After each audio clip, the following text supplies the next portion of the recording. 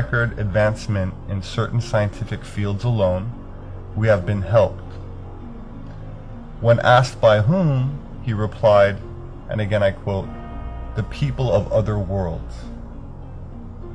Werner von Braun was a famous German aerospace engineer and spacecraft architect credited with inventing the V-2 rocket for Nazi Germany and the Saturn V for the United States.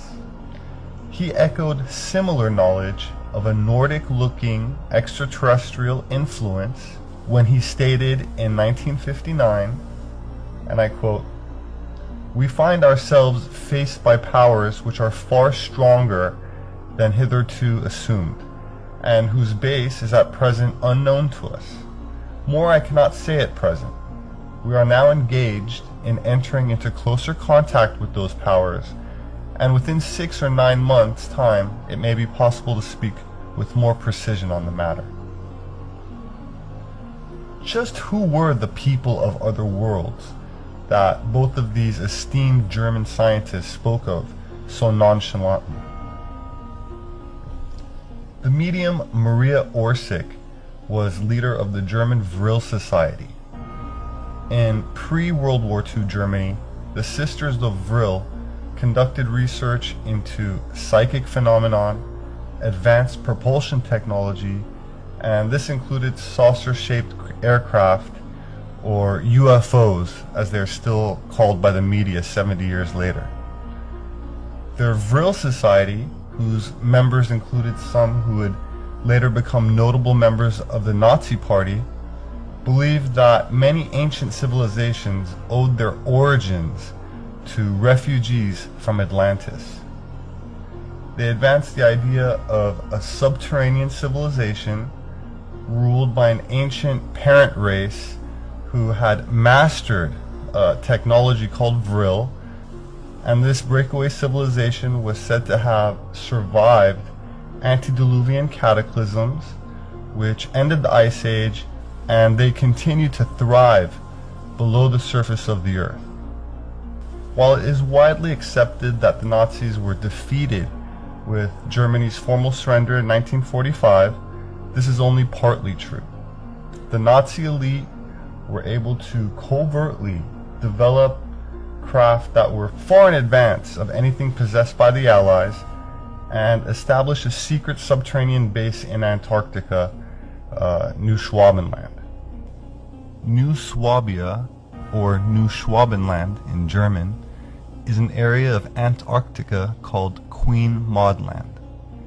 It was explored by numerous German Antarctic expeditions, and one in the late 1930s reportedly discovered ice-free areas with warm freshwater lakes and signs of growing vegetation right there in the middle of the barren ice. The Nazi Party proceeded to covertly build a massive secret subterranean base in the large hollow caverns which have naturally formed deep under the Antarctic ice. They continually shipped men, resources, material to the South Pole throughout the war years, and in 1943 the German Navy Grand Admiral Karl Donitz stated that the German submarine fleet is proud of having built for the Führer in another part of the world a Shangri-La, an impregnable fortress.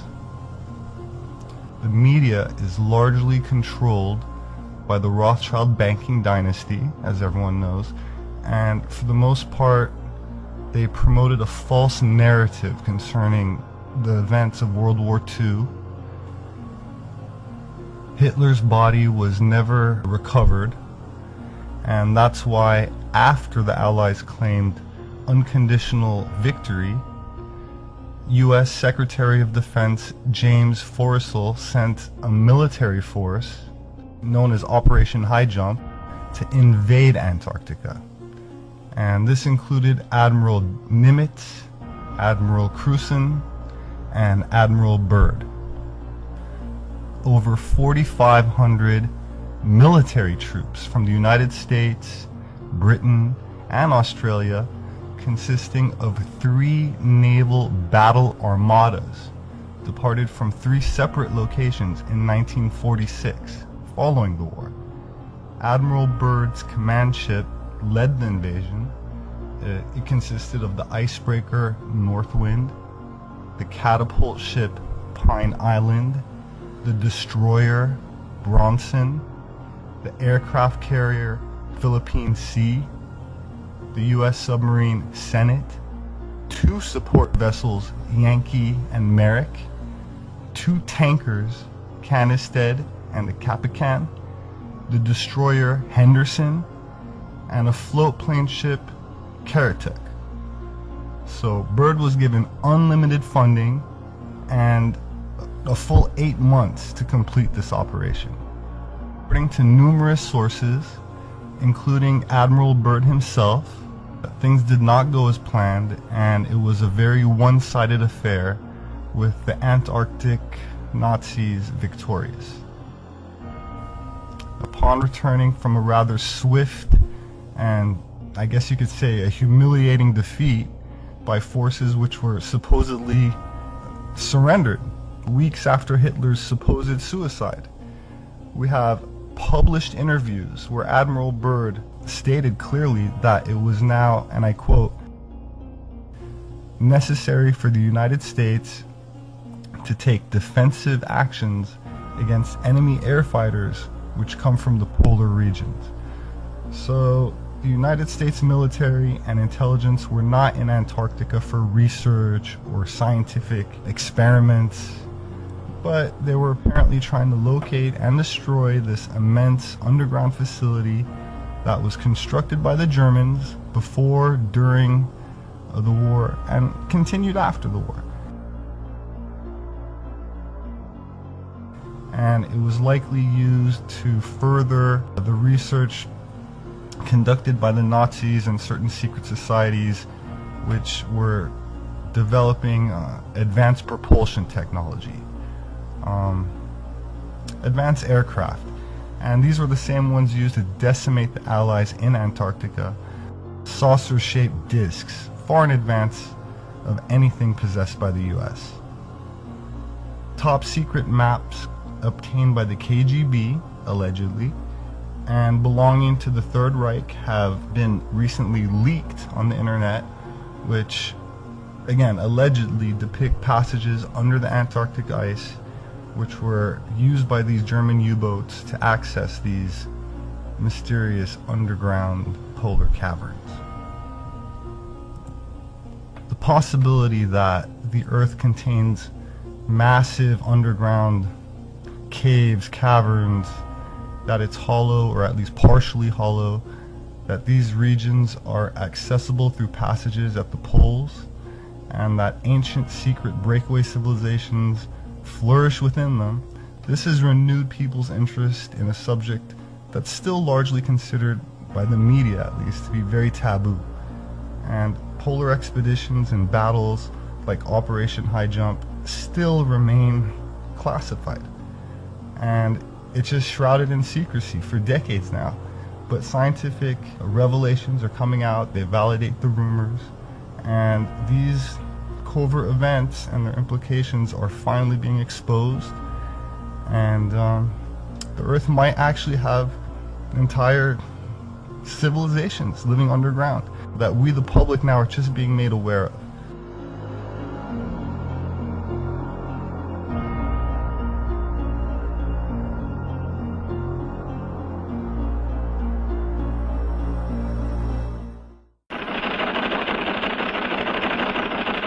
It's time for the Longines Chronoscope, a television journal of the important issues of the hour, brought to you every Monday, Wednesday, and Friday.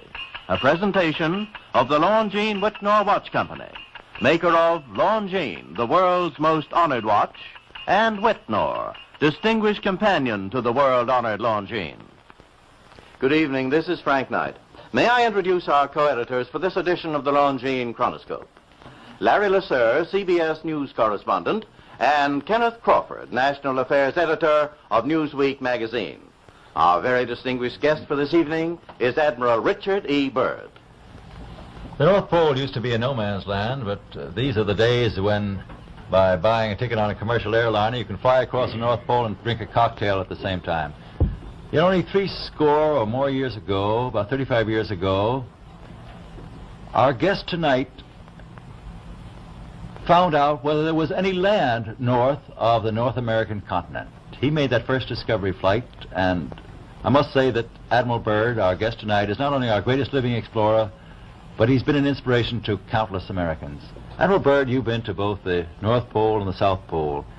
Is there any unexplored land left on this earth that might appeal to adventurous young Americans?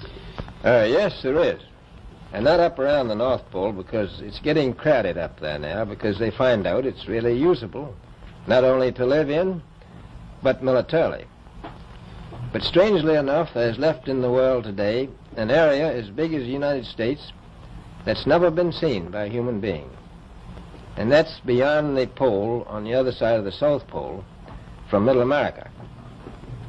And I think it's quite astonishing that there should be an area as big as that unexplored. That's a tremendous So challenge. there's a lot of adventure left down at the bottom of the world. Well, Admiral, do you hope to see that? I do. Well, Admiral, Yeah. would you say that since you've been to both the extremities of Earth, are these expeditions to such far-off places, are they getting easier because of modern techniques, or is danger still close at hand? Well, it's a little risky, but nothing like it used to be with the old slow planes and the small cruising radius where we had to put down bases. We replaced the dog teams, and of course that was a big improvement. But now the planes go much faster and they're safer, and they have a much bigger cruising radius. You haven't got the danger of a terribly heavy load. Admiral, an expedition to which I believe you're the advisor is now en route. What is that expedition doing? Well, that's the icebreaker Atka, and it's a reconnaissance expedition. It's going down to the South Pole area to make certain observations and to look for some bases. They will be back in April, and they will report back, and upon the information we get from that undertaking, we will base the bigger expedition that's to follow. Is that very definitely planned, or is that... That is being planned right now. So I'm willing to say to you that there will be a number of expeditions that will follow, I think, year after year, at the bottom of the world, because the government has really become interested. Well, Admiral Byrd, I can understand, I think everybody can, the interest in the North Pole because it's so near our greatest challenger, Soviet Russia, but why this interest in the bottom of the world? Nobody living down there, is there? No, it's pretty cold. There's only one permanent resident, that's the emperor penguin. The little ones live further north. I tell you one reason they're interested. It's by far the most valuable, important place left in the world for science. That's why the scientific groups all over the nation are really interested. But more important than that, it has to do with the future of the nation, those to come after us, or even during your lifetime. Because it happens to be an untouched reservoir of natural resources. And, you know, as the world shrinks with an ever-increasing acceleration, far-flung places, once useless, like we thought the North Pole was, and no man's land, become very useful. The bottom of the world will be important, not only to us, but to our allies. I was going to ask you, does it have military importance? It has some, and as the world shrinks, it will continue to shrink with an ever-increasing acceleration, thus bringing these places closer. And in the future, I can see a time when it will be very, very important strategically. Well, has the development of air power increased the strategic importance of places like the very much Palma so. Peninsula, was it? Very much so. Even now, if anything happened and we lost the Panama Canal, we would have to control the islands just north of Antarctica, which are part of Antarctica, and between there and Cape Horn. I've heard it said that there are 7 continents in the world, and one of them has never been seen by a woman, and that's Antarctica. Is that actually true? Well, if the Palma Peninsula is an island, As far as I know, that's true. No woman's ever stepped foot upon the Antarctic continent, and it's the most peaceful place in the world. Well, I'm sure that won't last very long. I understand that now that you're working with the Arnold Bread Company in charge of frozen foods. Now, is there any future for frozen foods down these frozen extremities? Well, I think the human race can be helped by that. This was thought out by Dean Arnold, who's, in my opinion, a great humanitarian. He learned that we went down there after 4 or 5 years and finished a meal that we had left there on the table when we had evacuated Little America. Everything was perfect, including the bread. So he got the idea of this frozen bread, and already he sent some to Europe, and it worked very well over there for some of the starving people. So you can store it down to the Antarctic, and against the lean years, and you wouldn't have any people in the world really starving if you did that. Yes, in the event of an atomic war... You stay there forever. Admiral, you speak of the resources of Antarctica. What are they? What are the natural resources there? Well, we've found enough of coal within 180 miles of the South Pole in a great ridge of mountains. It's not covered with snow, enough to supply the whole world for quite a while. Well, that's the coal. Now, there's evidence of many other minerals. We are pretty sure there's oil. Now, that coal shows the bottom of the world. Now, by far the coldest spot in the world. Where that coal is gets 100 below zero in the winter. Well, it was once tropical. So we think there's oil there, and there's evidence, probably uranium there. is it any secret? Is there uranium there? That would be the only thing that would be practical to actually go after, I suppose. Everything else would be economically unfeasible, wouldn't it? Well, as we recklessly expend our resources, the time will come when we'll have to go after that stuff down there. Well, you know, I avoided what you said about uranium. I'm not sure about that. I don't want to have the world fight over the Antarctic. And Robert, is there a competition among other nations to try to get information about Antarctica and possibly to secure some of these resources? Well, yes. There are now 7 nations very much interested. Russia is interested tremendously. That I'm sure of. Australia has an expedition down there. The Argentine, the Chile, New Zealand, Britain, and so on. Now, you can understand those people down there being interested because they live down there, the New Zealanders, the Argentinians, the Chileans, and the Australians. And so we don't do much about claiming anything. Admiral, you make this sound a little crowded. Are there that many expeditions now there or en route there? Well, you know, as I said, it's the most peaceful place in the world, but I don't think it will be for long because of this intense interest on the part of other nations and this nation. Well, Admiral Byrd, are private expeditions a thing of the past? Is expedition and exploration, making expedition and exploration now purely a government function because of the tremendous cost and organization? No, I don't think so. I think down south it may be more or less a thing of the past, but not other expeditions that go. There's a lot of them go north now. This latest expedition now on the way is a government expedition, I take it. Yes, that's the government. However, may I ask you, is there a great difference between the top of the world and the bottom of the world? There is. Now, the North Pole is the center of an ocean 10,000 feet deep. The South Pole, the center of a plateau, 10,000 feet high. The North Polar Sea is surrounded by continents slightly frozen. The Antarctic continent is surrounded by a belt of ice, frozen seas of at least 1,200 miles thick. Now, the south is a plateau. It gets, in some places, 14,000 feet up. I've been over areas about 13,000, and it's a little bit chilly up there. So there's that big difference between the top and bottom of the world. The north really isn't very cold up there on the Arctic Ocean. Not compared to the south. Admiral Byrd, we often hear it said that our young Americans now aren't as hardy as their forefathers. Do you think that Americans do measure up to the standards, the physical standards and morale standards of the past? I do. I don't believe that. I think they're just as hardy. Well, what would you say was the most valuable factor on an expedition? Is it morale, or physical courage, or is it sheer equipment? Well, I've always thought that loyalty was by far the most important trait. The British told me that when I first went down in 28, that I couldn't possibly get through the winter night without a mutiny if I took more than 20 men. But to serve science, I had to take 42 men. And then I took 56 the next time, and so on. So, and I did find that loyalty was the most important thing during the winter night when it's very hard on your nerves. I think that's straight. Well, that's a very valuable characteristic at any time. Well, thank you very much, Admiral Byrd. It's been a great pleasure to have you here tonight. It's a pleasure to be with you.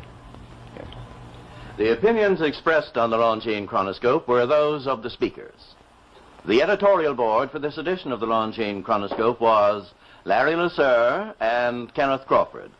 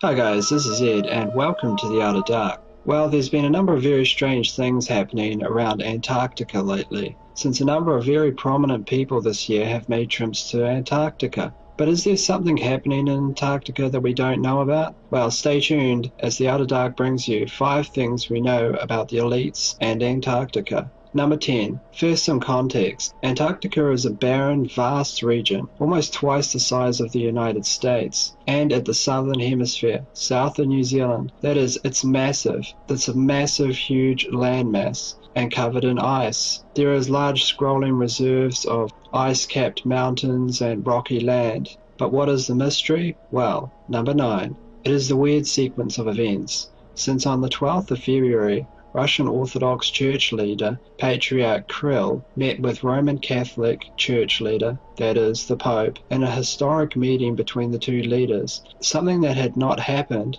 in 1,000 years. Let that sink in a moment. Now, this took place on the 12th of February, which is really strange, since straight after, that is only a few days after, on the 18th of February, the Russian Orthodox Church leader, Patriarch Kirill, then flew straight to Antarctica, as you can see here.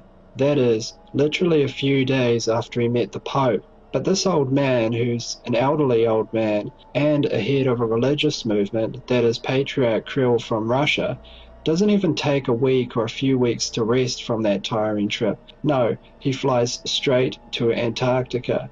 That is, through a labyrinth of airports and stopovers. Number 8. When the Russian Orthodox Church leader arrived in Antarctica, he started acting very strange. He blessed the land and water that surrounded the area. Then he praised the land as a model of humanity. That is the ideal location for humanity. Now think about that for a moment. I mean, Antarctica is a barren wasteland full of rocky mountains and ice. Is that really the ideal place for humanity?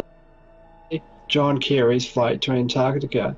That is, out of all the days in the year that John Kerry could fly to Antarctica, he flew on November the 8th, that is election day in the United States, as if he knew something or heard something, and he had to arrive in Antarctica immediately. That is, he flew out on the day of the United States presidential elections. Let that sink in, not at any other time of the year, but the day of the elections, when the entire establishment that he serves, as a Democrat, was on the line.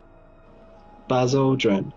After John Kerry's visit to Antarctica, which was highly irregular, next you have an astronaut, literally, and not any other astronaut, but also an astronaut that happens to be a 33-degree Freemason and a military insider. Now ask yourself, with all three of these visits combined, does a picture start to emerge that is something major is happening in Antarctica? Because remember, Buzz isn't just an astronaut. Buzz Aldrin, a 33-degree Freemason, represents another group of people, namely the Eye of Providence. That is the Grand Lodge of Freemasonry. So if you needed a report from someone, that is someone that could confirm that something was really happening in Antarctica, like you found something you weren't expecting, then who would you send if you were from the Masonic establishment? You would send none other than Buzz Aldrin. That is someone that has a military background, a background as an astronaut, that is space, and the intelligence sector, as also as someone that is a 33-degree Freemason,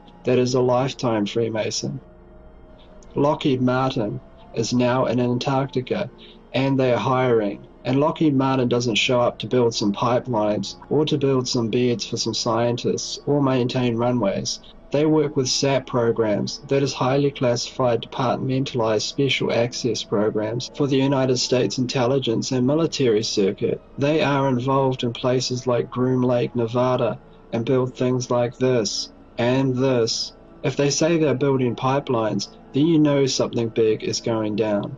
The US spy boss James Clapper has been reported to have made a secret visit to New Zealand, which of course is the gateway to Antarctica. This he did in mid-March, where he met with Prime Minister John Key. So ask yourself, why would the head of the CIA make a visit to the Southern Hemisphere? You don't do this. You do this through diplomats. That is what they're there for. That is trusted people that you can pass intelligence information on. That is, unless you need to see something for yourself with your own eyes. This in itself is a kind of warning sign, at least in my opinion. John Podesta. John Podesta received strange photographs to his email as reported to WikiLeaks. That is, mundane, boring photographs of Antarctica. A number of researchers have speculated that John Podesta's photographs aren't really photographs of Antarctica at all, but contain a hidden message, that is, either encrypted pictures or a meaning in themselves. As the Moscow Times reported today, Vladimir Putin is also on his way to Antarctica very soon. That is, the second most powerful man in the world is headed to Antarctica at a time full of international conflict, when relations between the United States and Russia, at least on the surface, seem to have a major problem. What does this mean? Well, if you're sending the Secretary of State John Kerry, and maybe perhaps Obama's even been there himself, as some researchers have stated, then who's next? Well, it would be the next most powerful person, Vladimir Putin.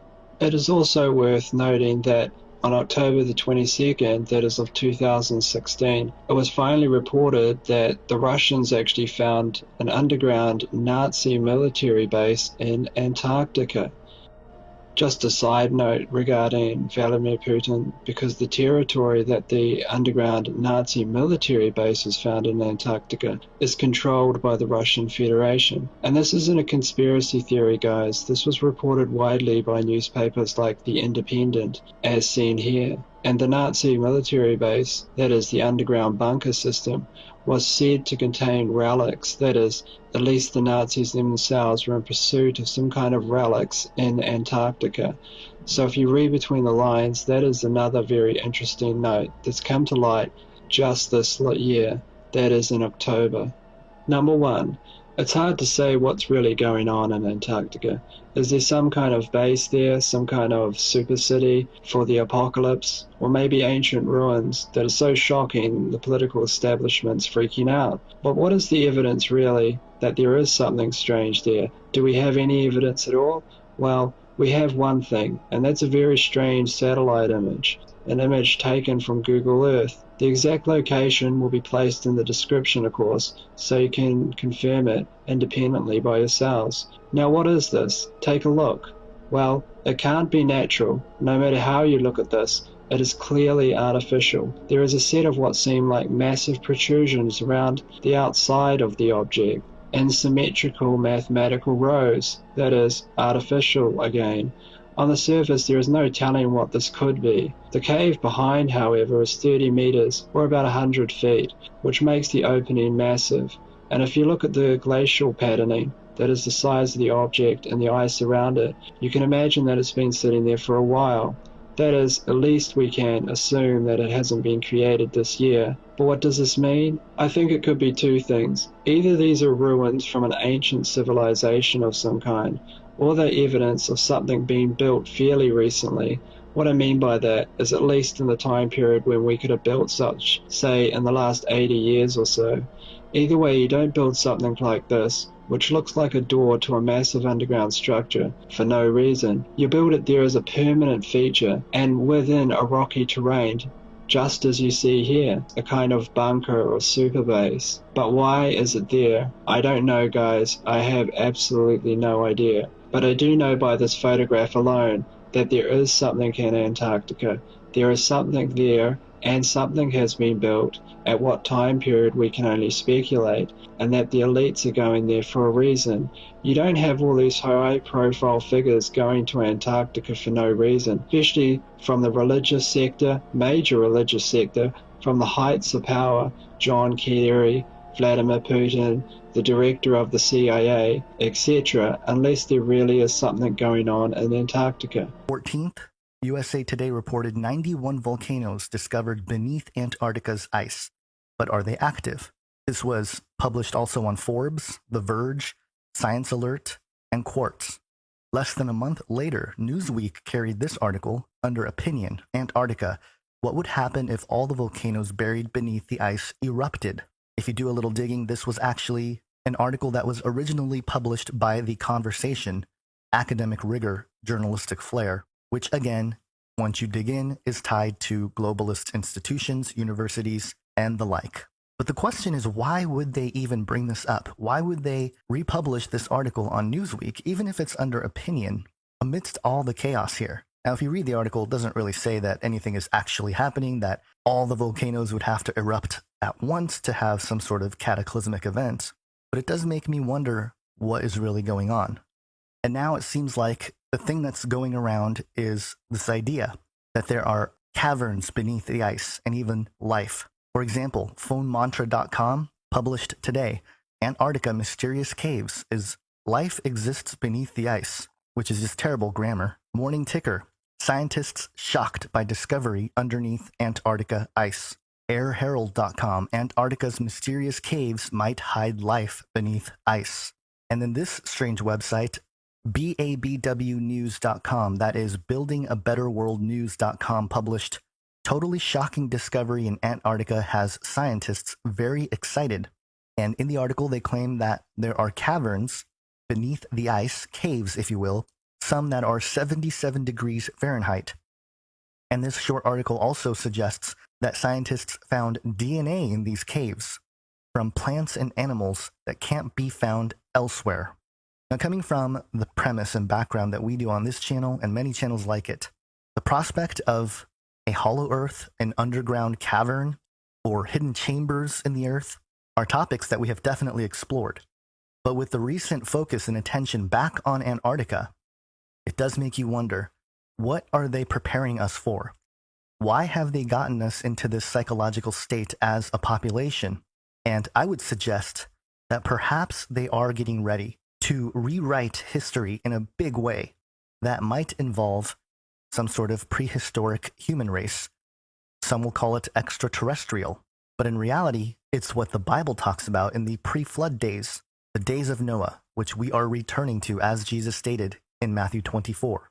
The days when the sons of God mated with the daughters of men and had children called Nephilim, a race of hybrid giants that somehow survived one way or another, whatever your theory may be, after the flood, as it says in Genesis 6.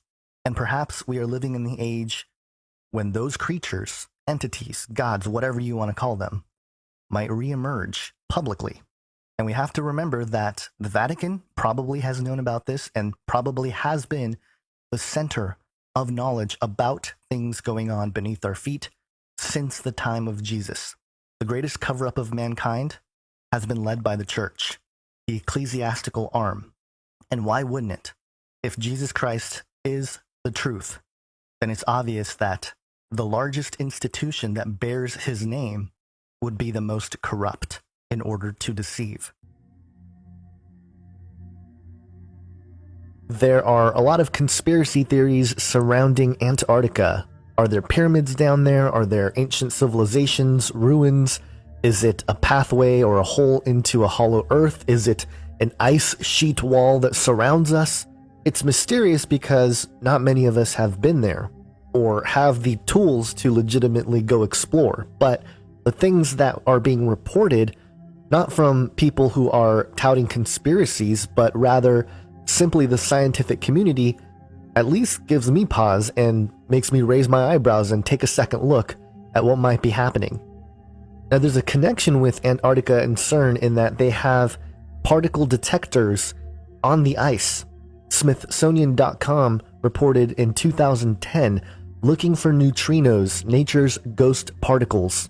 And in the article it states to capture these ghost particles, elusive entities they call them, physicists have conducted some extraordinary ambitious experiments. So that neutrinos aren't confused with cosmic rays, subatomic particles from outer space that do not penetrate the Earth, detectors are installed deep underground. Enormous ones have been placed in gold and nickel mines, in tunnels beneath mountains, in the ocean, and in Antarctic ice. These strangely beautiful devices are monuments to humankind's resolve to learn about the universe. And again, this is back in 2010, they introduce this thing called IceCube, which is basically a neutrino telescope. Live Science reported on the same thing in December of 2010, world's largest neutrino observatory built at South Pole.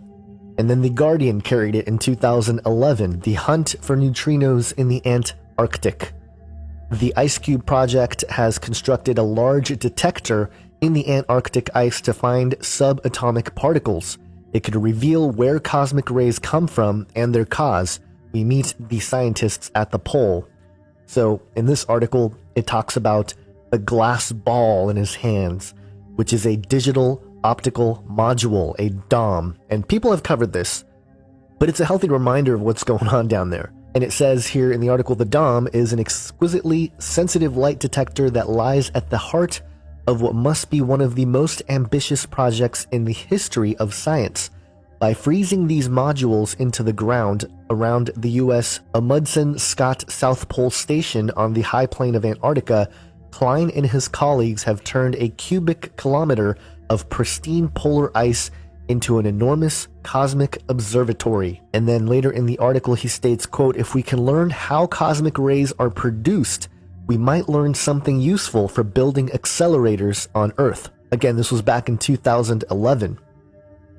And then in 2013, phys.org, world's largest particle accelerator IceCube detects first high-energy neutrinos from the cosmos. And again, very humanist in their approach and worldview, the IceCube Neutrino Observatory, a particle detector buried in the Antarctic ice, is a demonstration of the power of the human passion for discovery, where science ingenuity meets technological innovation. And these are some pictures of the DOM that turns a sheet of ice into a particle detector.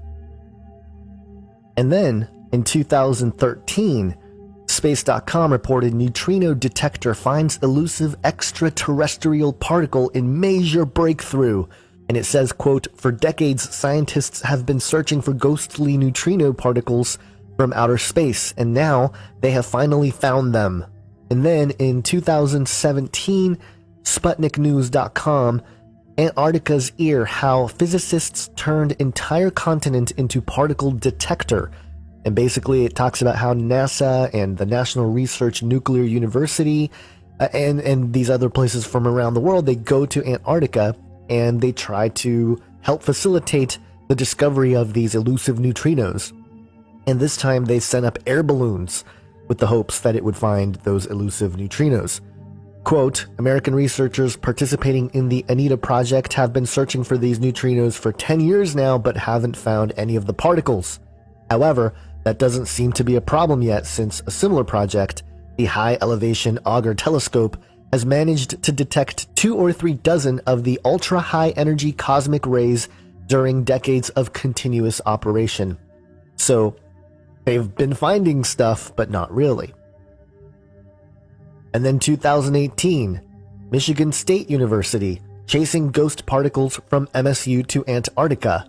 Now, MSU doesn't really seem to be in a good light right now, with some university professors getting into trouble with some pretty disturbing things, but they have students that are being sent to Antarctica to be part of this whole chasing ghost particles. And then, here we go. 2018, livescience.com. A major physics experiment just detected a particle that shouldn't exist. Now, right from the get-go, how do you detect something that is not supposed to exist? Well, they kind of try to explain it here. Scientists have produced the firmest evidence yet of so-called sterile neutrinos, mysterious particles that pass through matter without interacting with it at all. So how do they detect it if it doesn't interact with matter? Scientists. Okay, so let me read this paragraph for you, okay? This is how crazy it is in the world of science right now, at least what they're telling us, okay?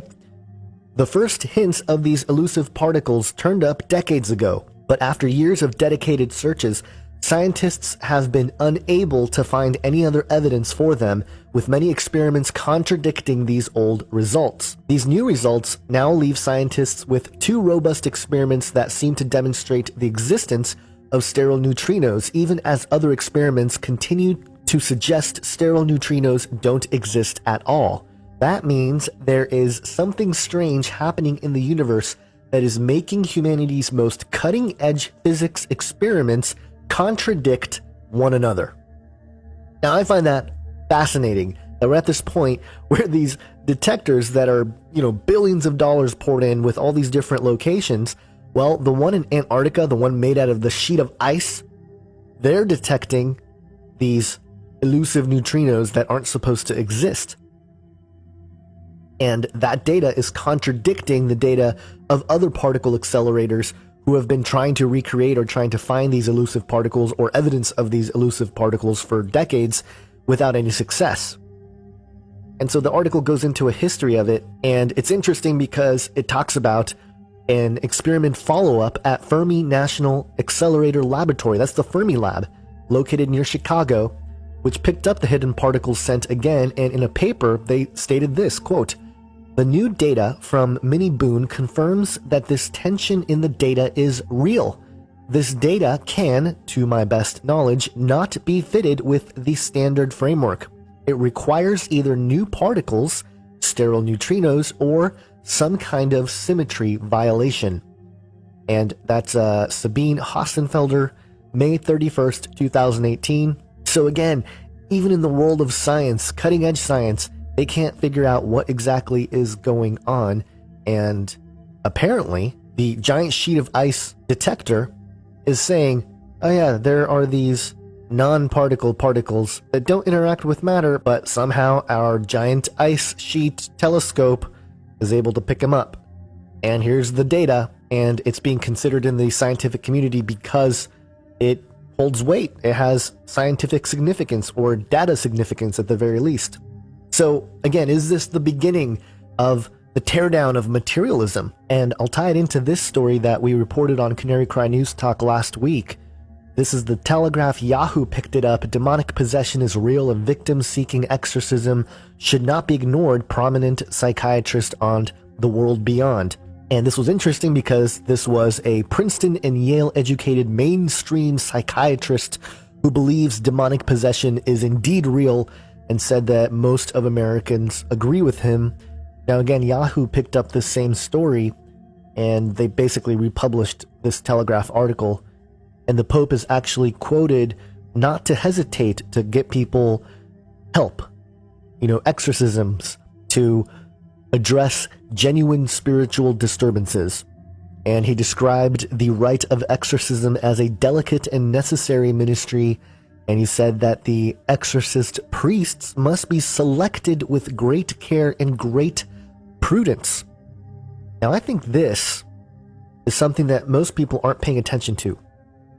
But if there is a rise of demonic possession, or at least this change in modern science where contradictions and quantum science together creates this chaotic sci-fi world, because we don't really know from a materialist standpoint what exactly is the foundational building block, because they keep going down and they keep discovering these different layers and different particles and things like that.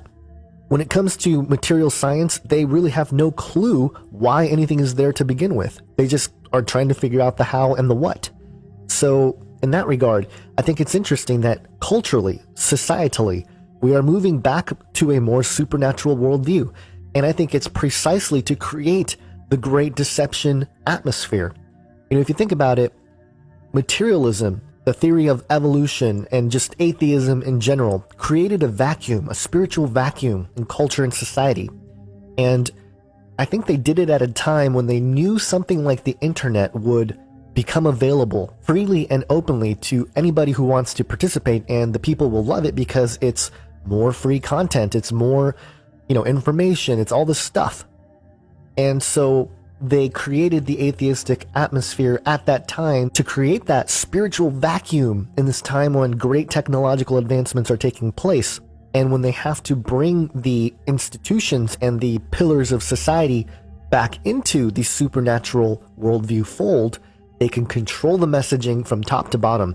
And the Vatican leading the way here, being, Catholics and being Christian, quote unquote, and the Pope, who is the first Jesuit Pope, leading the way, saying, hey, we need to deploy these exorcist priests. And my point has been with this, basically he's saying that he needs to have this priest class, this modern day sort of spiritual crusaders who aren't, trying to take over or anything like that, but more so they are these spiritual authorities in exorcism, in getting rid of demons and things like that. And it's like, whoa, wait a minute. The Vatican is going to start saying, hey, they're the ones that have this authority. They will deploy the priests, exorcist priests, because they're going to have to be selected with great care and great prudence. And of course, the Vatican will be the one to decide who will fall into that category. But biblically speaking, we have the authority. As believers in Christ, we have the authority to deliver demons in the name of Jesus Christ, in the name of our Father. And so this sort of suggestion that you have to rely on authority, that's New World Order, that's Illuminati, that's totalitarian mindset in the form of religion. And I'm not saying that, they don't have some sort of edge or at least some kind of methodology to really make demons go away in that moment. They probably do, but it doesn't seem like it's something that is predicated on the power of God. It's more predicated on rituals and procedures, which leads me to believe that it's more in the form of magic or sorcery. But in any case, the reason why I bring this up is because I think, tying this together with the story of Antarctica, materialism, and I've been saying this and people in this community have been saying it for a while, materialism is dying in the institutions. It's philosophically bankrupt. It's now starting to show that it is materially, measurably bankrupt by creating all sorts of contradictions with the highest and most sophisticated machines, investigating creation. I think the vacuum has been created. Now it's time to institute that new spirituality as part of the new world order. And it's going to involve a one world religious sort of system, but it's going to have probably different iterations, different expressions, they will say, of how to deal with this sort of interdimensional reality that we are all being exposed to, which the Bible declared right from the get-go. We wrestle not against flesh and blood, but against principalities and powers, spiritual wickedness in heavenly places. These are entities that are beyond the physical realm, and they seem to be a particular group of elite humans, or perhaps some who are transitioning between human and something else, and they are the ones that think they're receiving these instructions from the gods and then perpetrating it onto the governments through the world banks and everything else.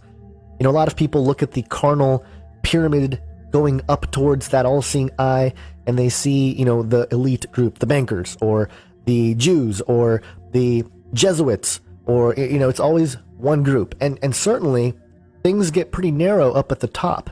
But I truly believe that there is a dark group that we don't see, that we can't identify just through the institutions that are public. I think there are many who are behind them that we never see, that we never hear about, and those are the ones that are really controlling a lot of this stuff, but they are the ones who are being really led by spiritual wickedness, by the principalities and powers that whisper these things into their ears and get them to build the things of Satan, not of God.